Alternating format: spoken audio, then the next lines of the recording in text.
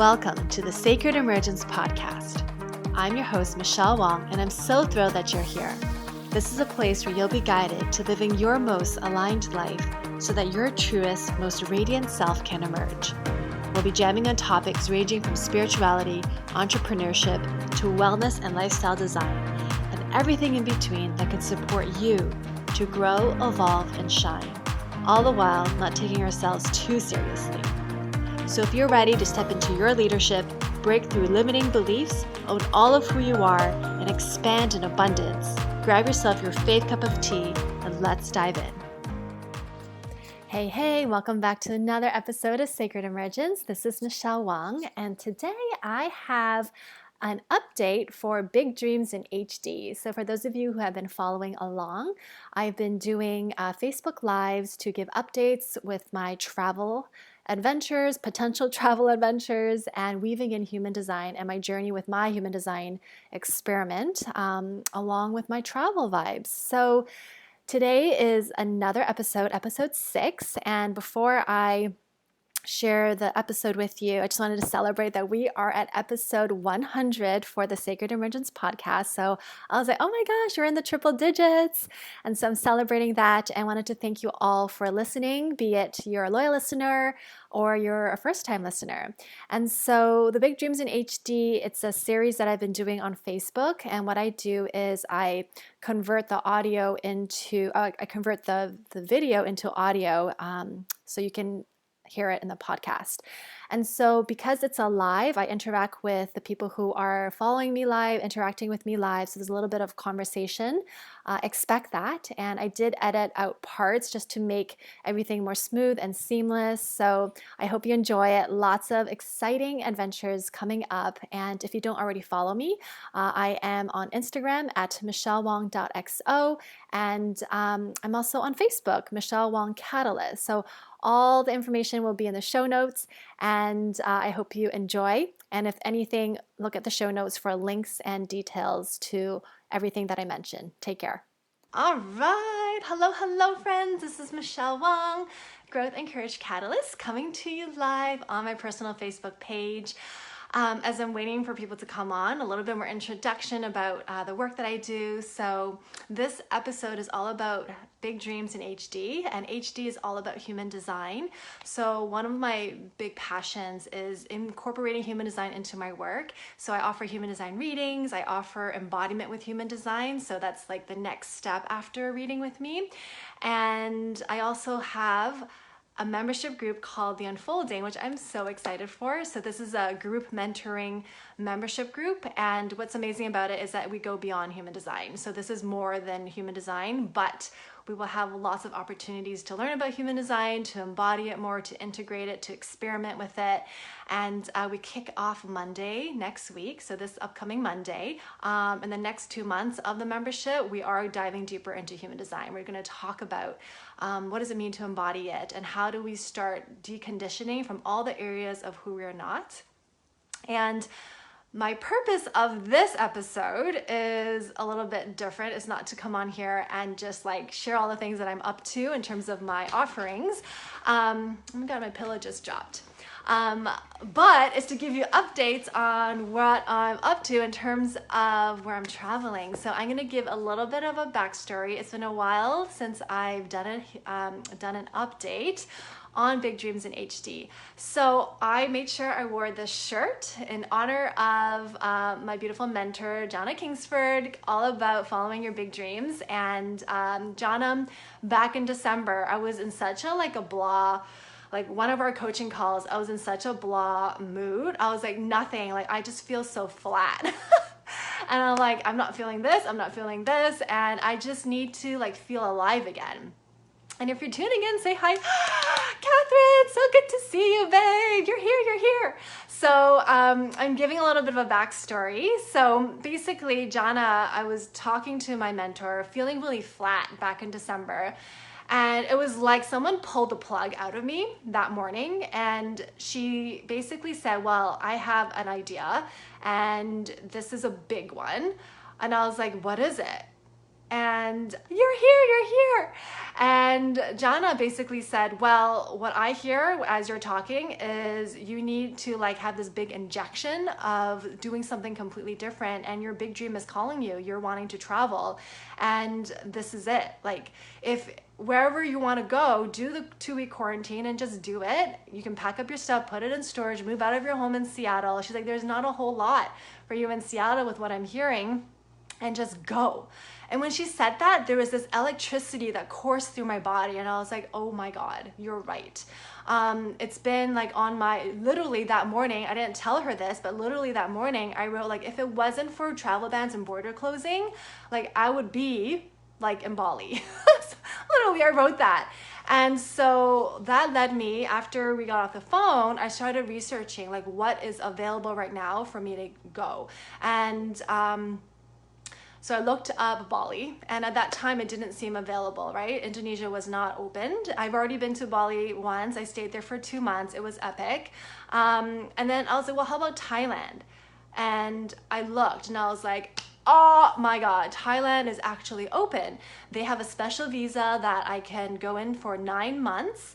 It's a very special visa, and I was like, I'm going to Thailand. So everyone who has been following, you saw that announcement of like, it might be Thailand. However, when I read closer, the requirements for that visa was very in depth. Like the 2-week quarantine was just the beginning.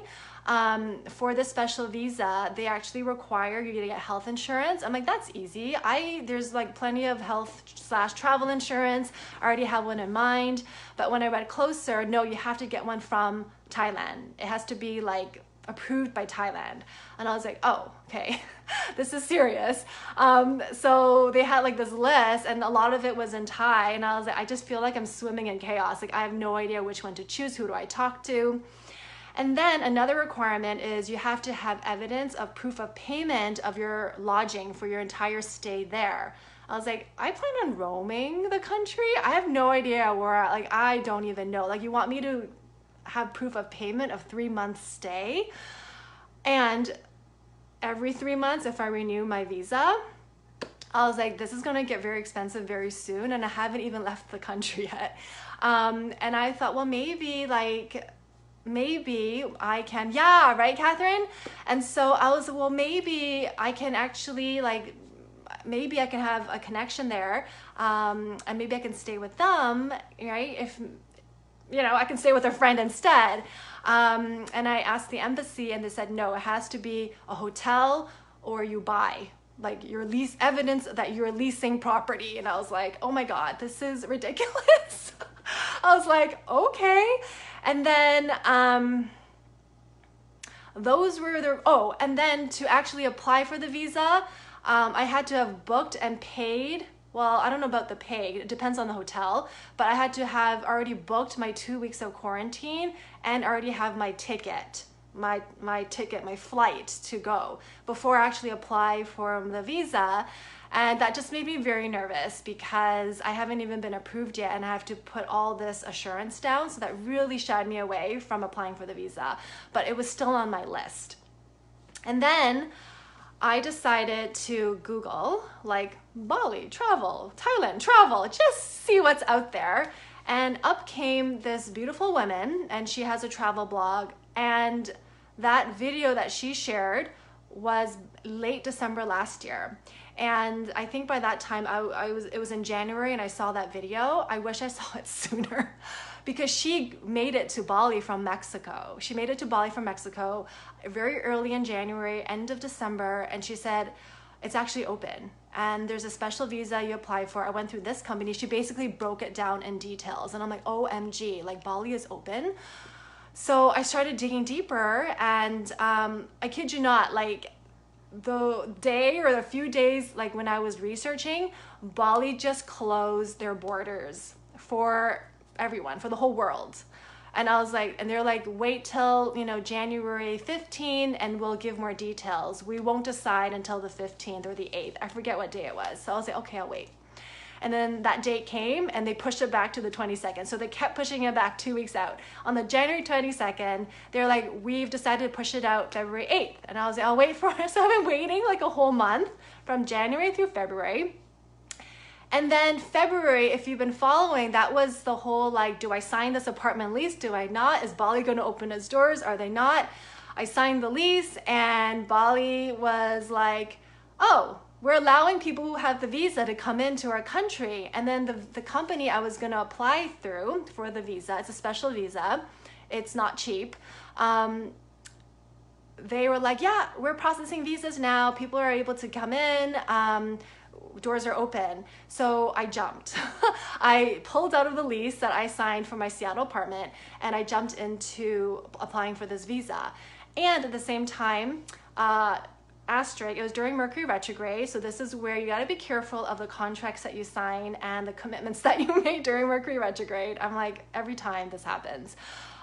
There's a lot of other agents in Indonesia. I'm following the different forums and it's chaotic.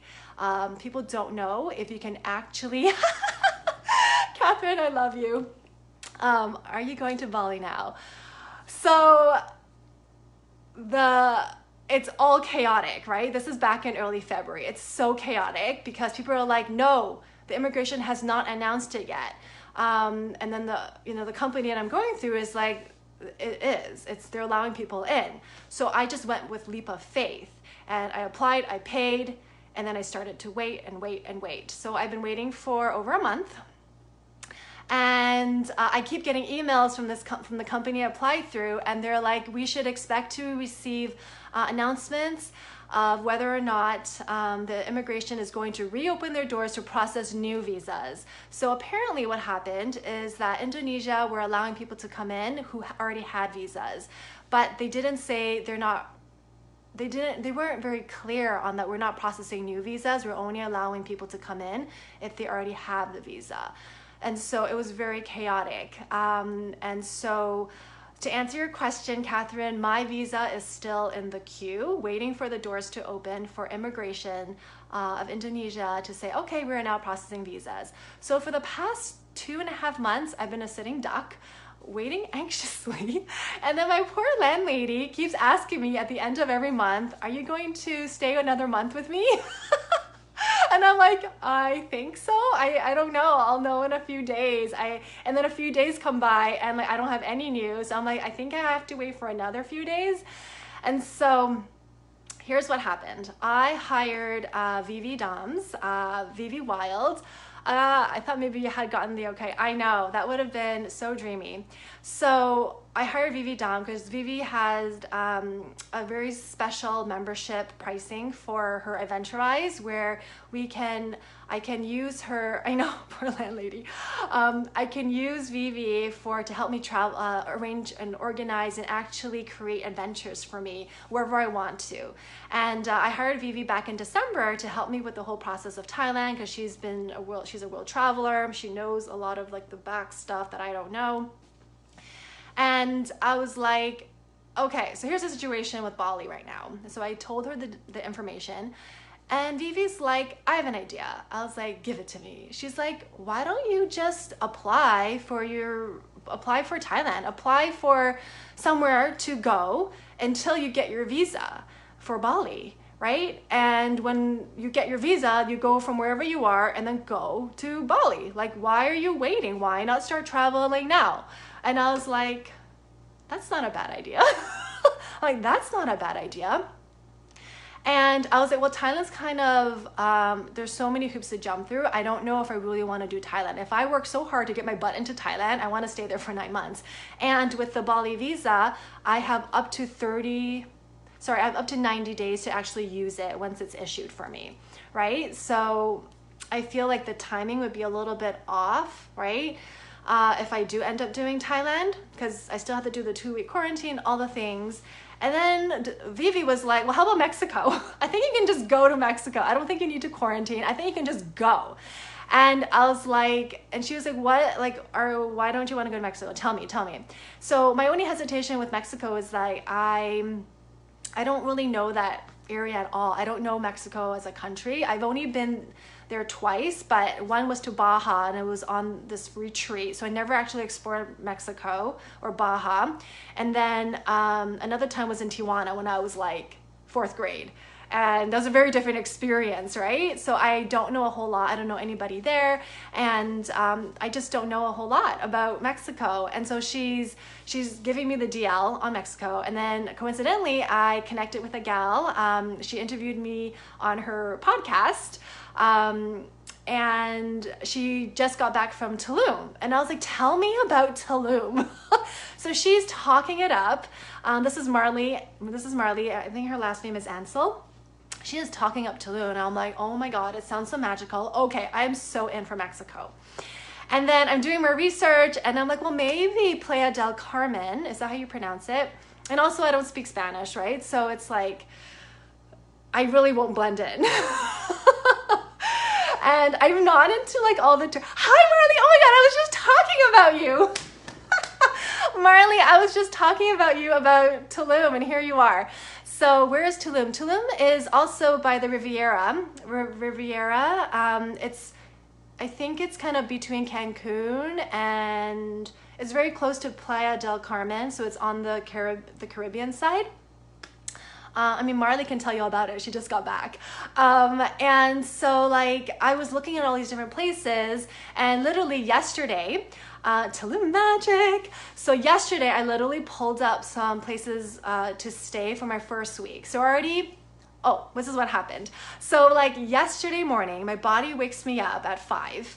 I can't go back to sleep, and my mind just starts going. And I'm like, I may as well start writing things down. So I wrote down all the things I needed to do before I leave. Because I decided I'm going to Mexico. I'm just going. Like, I look at my deathbed 101-year-old self. And if I'm looking back to where I am right now, I'd be kicking myself in the butt if literally I'm here. If I'm still in Seattle in September because I'm still waiting for Bali, I'm like, I gotta get my butt. Like, I gotta get going. I'm like feeling really like antsy. And, but I just didn't feel like this fire. So I wrote down this whole to-do list of things I need to get done before I actually go anywhere. And it's like, get my gas oil change, get a haircut, all the things. And these are the things that were kind of like a big to-do list. So I wrote it all down. And yesterday morning before noon, I started checking them all off. I got everything booked on my calendar. And then I wrote another list of things I need to purchase before I go. And I was like, this is very expensive. It's like hiring movers, all the things, because I'm going to put everything up in storage, or actually my friend's place. He has been kind enough to let me use his garage. He has this rafter and it's humongous, and he's letting me store all my stuff. So I'm like, I'm gonna start packing and I'm gonna start moving things to his garage. That way when the movers actually come, it'll save time and money because it's on a second story and we have to climb ladders to get stuff up there. So it's gonna be a longer process. Anyway, so all of that, the butt has been lit. I pop on, Playa del Carmen because I think I'm gonna stay there, and I just book 1 week. I just book 1 week lodging. I didn't have to pay anything. I just gave them my credit card, and if I don't cancel within 24 hours of my going there, then they'll charge me. So basically, towards the end of April, I'm like, that's the date. I texted my friend to see if I could stay with her for a few nights after I move out of my place. I told my landlady. My landlady has been so sweet, and I asked if I can just have a prorated April since I'm not staying for the whole month, and she said yes. I'm like, okay, everything is rolling, and I'm super excited. And then I just started thinking about, like, I don't know anybody in Mexico, and that's okay, except I'm looking at, like, cases of the Rona, which I don't even want to give name to. And I'm like, maybe it's the fear kicking in. I don't know what it is, but like, I'm just thinking, like, how is this gonna work? So maybe like reality is starting to hit. I don't know what. And here's where the plot twist comes in. So I have a friend. My voice is starting to get scratchy. What does this mean? Oh my God. So I have a friend. So he's in the Caribbeans right now. And I've never heard of Curacao until he told me about it. And he's there, like, showing me pictures and all of his scuba diving videos. Yeah, Marley, exactly. So this is a plot twist.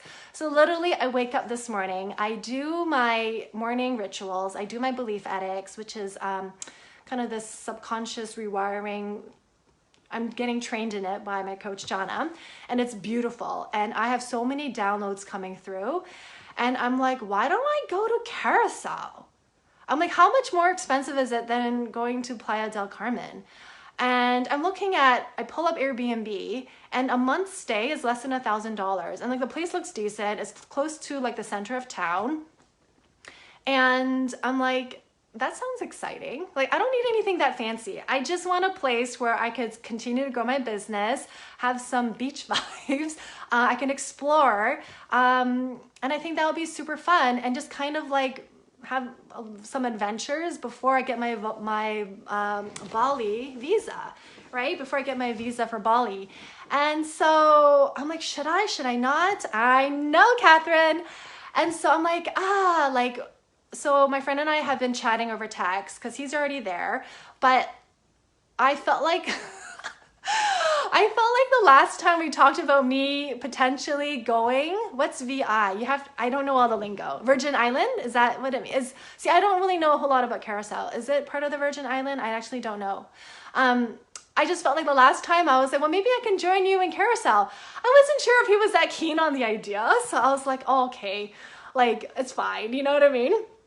Like, I don't know, but he's already there. And I told him I was going to Mexico. And I'm like, should I not? And this is like the manifestor human design coming in. So as a manifestor, I'm really designed to initiate, which is a dance, I feel like, because I'm also wanting to be in my feminine, especially when it comes to like relationships. We're not in a relationship, me and my guy friend. Virgin Island, I don't know about Carousel. Is that even the spelling for it? It's Curacao. Curacao.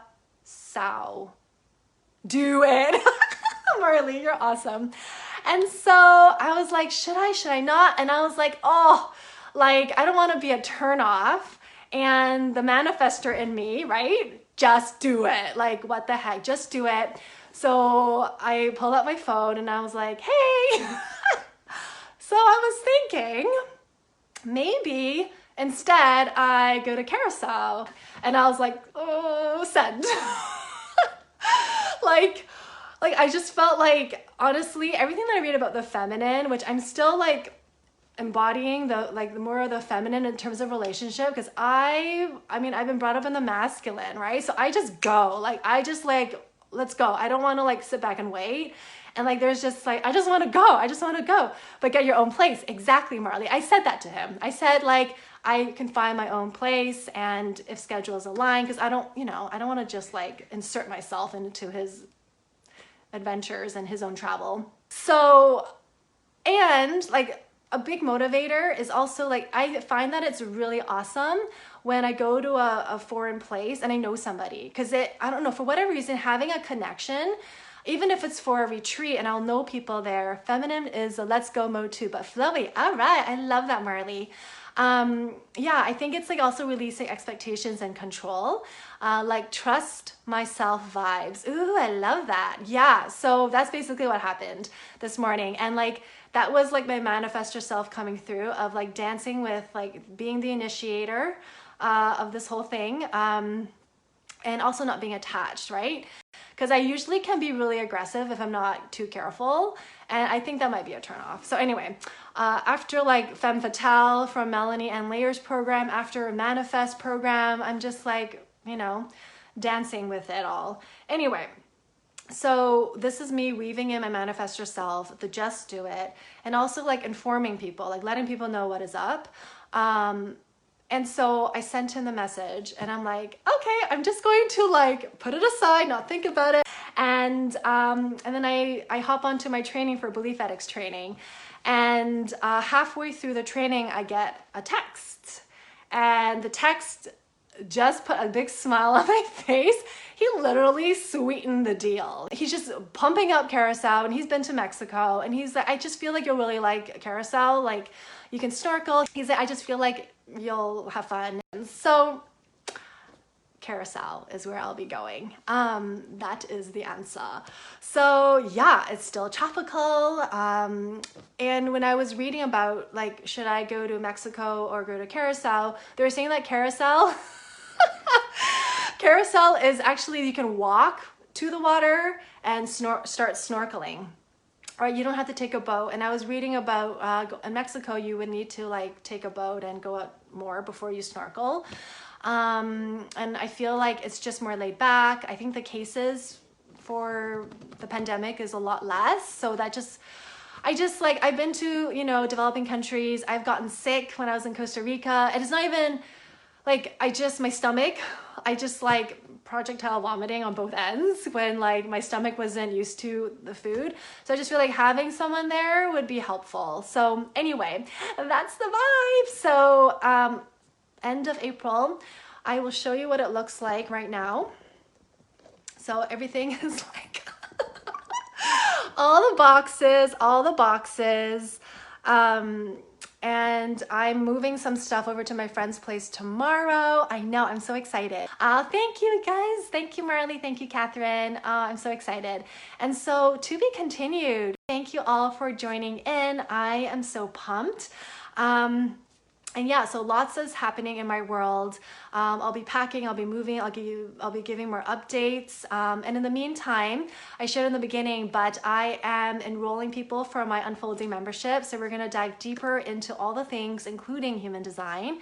The first 2 months is more human design focused, and it's really around mastering the basics, embodiment. There's so much we can go down the hole with human design. And then for bonus, people who sign up are going to get a free 10-minute video riff of their chart analysis. And right now it's early bird launch price. So you'll get foundation member pricing, and the price does go up on Monday. So all the details there. And for anyone who wants a 101 human design reading, I love them. They're pretty bomb. So I'm happy to offer more information. Send me a DM. I love my human design readings. They're so fun. And I offer 2 ways of receiving a reading. And then if you want to take it deeper, I offer one-on-one coaching with it, HD embodied. And then we dive even deeper into deconditioning, all the things. Thank you for the love. And so I'm super stoked. So anyway, that's all I have to share. Oh, one more thing. If you've already had a reading with me and you kind of want to join the foundation, the Unfolding membership, we'll go even deeper in your chart. The reading is amazing. Oh, thank you, Marley. I had so much fun reading yours. Yeah, it's like, I really enjoy it. And we'll go deeper into your chart, or you can bring your partner's chart or your kiddo's chart. Happy to dig deep. A lot can happen in 10 minutes, just me giving you a riff. So you'll get a lot of information there, but it's more than human design. The container is more than human design. The membership is more around our evolving, our unfolding, leading our best lives and our best self. And one of the pieces, I know I said I was like, that was it, but I actually wanted to bring up one more thing. So our authority in human design is how we're designed to make decisions. I'll share for me, mine is ego authority, and ego in human design leads to our heart and our heart's desires. A lot of times it's really easy to make decisions through our mind. Our mind wants to take control of everything. And in human design, it's all about connecting to your body's wisdom. Mine is by listening to my heart. And this whole time, it's almost been a conflict at times of head versus heart, head versus heart. When I signed that apartment lease, it was a logical head decision. My heart was freaking out because I was not listening to her. I thought it was a safer answer. And so when I pulled out of the lease, my heart was like, thank God. Can we just trust? Can we just trust? So the story continues to unfold. So I'm also in my experiment. I think it's something that we do for life, really, because we continue to up level and step more into ourselves and watch our beautiful energy as we're designed to be, to unfold. And over time, we just transcend it, right? That's what one of my teachers say. We master our human design enough that we transcend it, and we've just become who we're really meant to be. So that is the goal. Anyway, thank you all for tuning in, everybody. Love you. Thank you for your support, your encouragement, your love, and definitely stay tuned for more. Thank you. Bye. All right. Hold up. Don't go yet. I have like real-time updates for you. I recorded Big Dreams in HD episode 6 just like 3 days ago. And now things have changed. After looking at all of the costs and just like my desires and my vision of how I want the Big Dreams adventure, my Big Wild Dreams to look, I've decided not to go to the Caribbean, and instead I am going to go to Mexico. So I wanted to give that update. If you are following me on social media, you're gonna get more up to date. So please follow me if you don't already. I'm pretty active on Facebook and on Instagram. Facebook is where I spend most of my time. And so follow me along. It's going to be quite a wild adventure. I've already bought my plane ticket, and it is a done deal. At least what I have on my calendar right now. That is the intention. So I am super stoked. Anyway, love you. And if this resonates with you, please share it. Please subscribe. Please rate. And I'll connect with you soon. Cheers. Thank you for listening to the Sacred Emergence podcast. Make sure you subscribe so you don't miss an episode, and thank you in advance for sharing this with others who can benefit. Until next time.